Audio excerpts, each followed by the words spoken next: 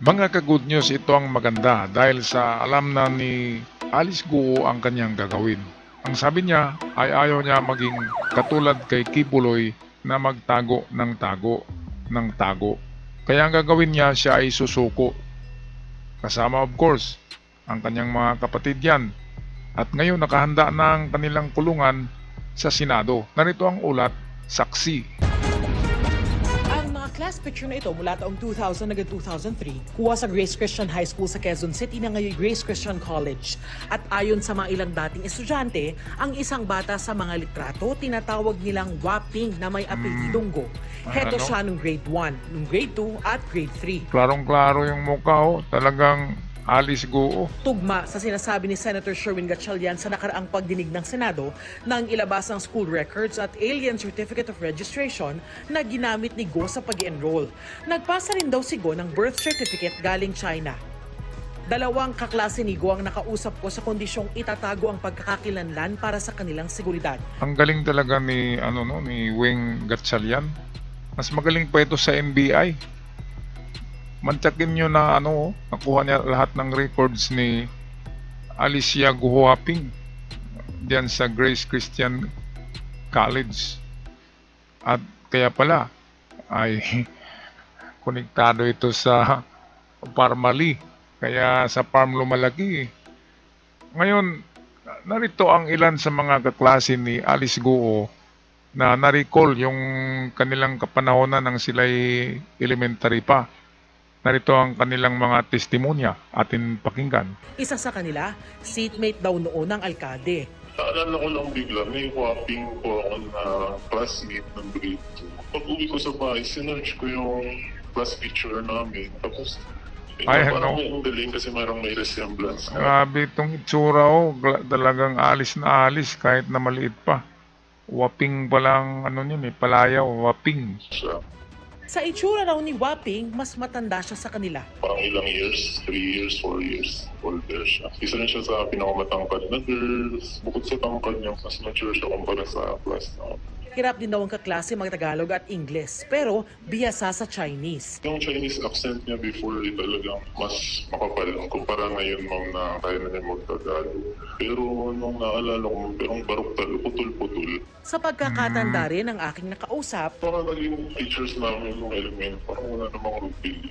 kinumpirma rin ng isang nakausap ko ang mga litrato. Nagkataon na nag-scroll ako ng Facebook. Ayan. Sabi ko, ba't parang familiar? Hinanap ko sa bahay yung class pictures ko ng grade 1, grade 2, grade 3. Bistado.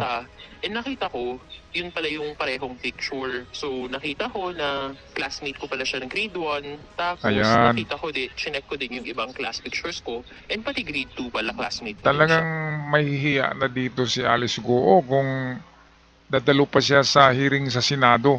Kaya ang gagawin niya, sumuko na lang at wag nang mag-alibay pa kung ano-anong pinagsasabi niya na lumalaki sa farm. Farmally pala Yung Farmally, yung nag-supply ng mga COVID supplies noon. Nakasama yung dating Dagunyo. Okay, kaya ito si Alice Waping ay huling-huli na. Ay nako, Alice Waping. Kaya tama yung desisyon mo na susuko ka na. Hinihintay ka na ng iyong magandang silda doon sa Senado. Sinubukan namin pumunta sa Grace Christian College pero hindi kami pinapasok sa gate ng village. Hindi pa rin sila sumasagot sa aming email at message. Ayon kay Senate President Cheese Escudero, handa na ang magiging detention facility ni Go, oras na mahuli o sumuko siya. Ayan. Gayon din ang iba pang nasa arrest order. May aircon, bunk beds Silipin at nga nasa natin. tabi mismo ng PNP office sa Senado. Pwede rin daw makasama ni Mayor Go ang kanyang kamag-anak doon. It's a detention facility lang. It's a room, air-conditioned, with its own restroom, with bunk beds, katabi mismo ng PNP. In-inspection ko na kanina at kung sakasakali para matiyak ang seguridad ni Mayor Go, ay doon namin siya idedetina kasama yung kanyang mga kamag-anak. Ang tanong diyan, nandyan pa kaya si Haring Aguila, yung taga-Sukuro, yung taga sa amin. Na-detain yun Baka nandyan pa rin, kaya magpaano na lang sila dyan, autograph kay Alice Guo. Okay, so good luck sa iyo, Alice. Mayor Alice Guo o Guo Huaping. kung nakakapag-Facebook ka, Mhm. siguro naman kaya mo nang humarap sa Senado. Ginamit mo pa ang Facebook para sa pagpapakalat ng fake news. Ayan, wala nang mukha yan na iharap, kaya hindi na siya harap. Tatalikod na yan, nakatalikod yan. Pagsuko niyan, merong takip ang mukha niyan kasi wala siyang mukhang iharap. Sayang, ang liit-liit niya pa pala noon, nag-aaral na dito sa Pilipinas, nilagay na ng mga inchik. Ang ano pala na plano yan, no? Pangmatagalan na plano. Hindi ora mismo. Grabe ang mga inchik. Talagang plantado. Tinatanim nila si Alice Guo, batang-bata pa. At kay Senator Hontiveros, kudos sa kanya, magaling din ito. Sobrang galing. Magkasing galing ni Wing Gatchalian. Silang dalawa lang kasi itong bumabanat talaga diyan ng totohanan sa Senado. Na Pilipino kayo. Hindi ka Pilipino.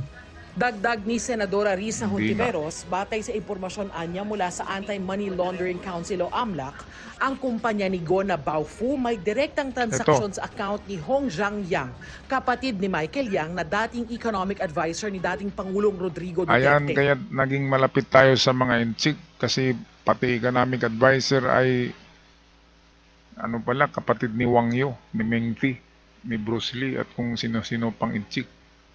Kaya ito yung kapatid ni Yang na advisor ni Digong ay mismo pala katransaksyon ni Alice Guo sa Pharmally. Yung nagsupply ng lahat ng medisina para sa COVID, yung mga vaccine na walang kakwinta-kwinta, ang daming namamatay dahil sa negosyo lang talaga ang lahat ng yun. Sa Amerika ay meron ng pinagbayad ng mga kumpanya. Nagbabayad ang Pfizer sa mga naturukan yan. Pero sa atin walang binabayaran. Kaya dapat maghabla tayo. Maghabla tayo katulad ng ginawa sa ibang bansa. Sa Europa, sa Amerika. Hinahabla nilang mga kumpanya na nagpaturok sa kanila. Kaya binabayaran sila kasi totoong yung tinurok sa atin ay hindi yun maganda sa ating katawan. Kaya kahit na mga bata pa lamang na naturukan ay madaling magkasakit ang iba na mamatay na. 3 to 10 years lang ang lifespan ng lahat ng naturukan ng mga yan. Yan ang mga katotohanan tungkol sa vaccine. At meron ding magandang balita, merong detox diyan. Search nyo lang sa Google. Tatlong vitamins at supplement na makapag-detox. Mamamatay yung COVID spikes, yung virus na narito sa loob ng ating katawan. Papatayin ng detox na yun. Na hindi naman yung gamot, mga supplement. Kaya search nyo lang sa Google, merong nabibili niyan. Ang mga pang-detox sa COVID. Tapusin na natin ang ulat na ito ng saksi. May transaksyon din daw ang kumpanya ni Go sa incorporator ng Hongsheng, ang pogo na ni Raid sa Bamban. Who is Hong Zhangyang, you may ask? Kapatid po siya ni Michael Yang. Yes, the same Michael Yang na dating economic presidential advisor kuno ni Duterte. In short, the money of Michael Yang's brother was used to fund the Hongsheng, the raided Bamban pogo. Sabi pa ni Hontiveros, si Hong Zhangyang ay may kaugnayan naman kay Gerald Cruz, isa rin sa incorporator ng Pharmally Biological. Naging kontrobersyal ang Pharmally noong administrasyong Duterte dahil sa issue ng overpriced na medical supplies. Sabi ko nga, mukhang one big happy Pharmally pala itong mga One big pogo happy at Pharmally, Pharmally members. Baka nga itong Pharmally pala ang farm na kinalakihan ni Alice Guo. Yan. Wala pang pahayag ang kampo ni Michael Yang sa mga pahayag ni One Hontiveros. big Pharmally. Ang galing, no? Kaya pala lumaki sa farm. Ang farm pala na yan ay ang Pharmally. Ang pinaka-original na scam. Nagbinta ng mga overpriced COVID medicines. At pagkatapos noon, kasi tapos na ang COVID, wala nang magandang negosyo ng mga Chinese, diyan na sila gumawa ng pogo. Kasi yung lahat pala ng yan, pinaplano yan, pabor sa mga Chinese. Ang COVID, pabor sa mga Chinese, sila din ang gumawa niyan. At ngayon nawala ng COVID ay nagpupugo na sila. Di lang yata pugo ang ngayon tinitira ng mga Chinese binibenta. Kung nabalitaan nyo yung mga pinalutang lamang na mga shabu dito sa Pasipiko, tapat yan ng China. Kaya saan ba galing yan, di ba?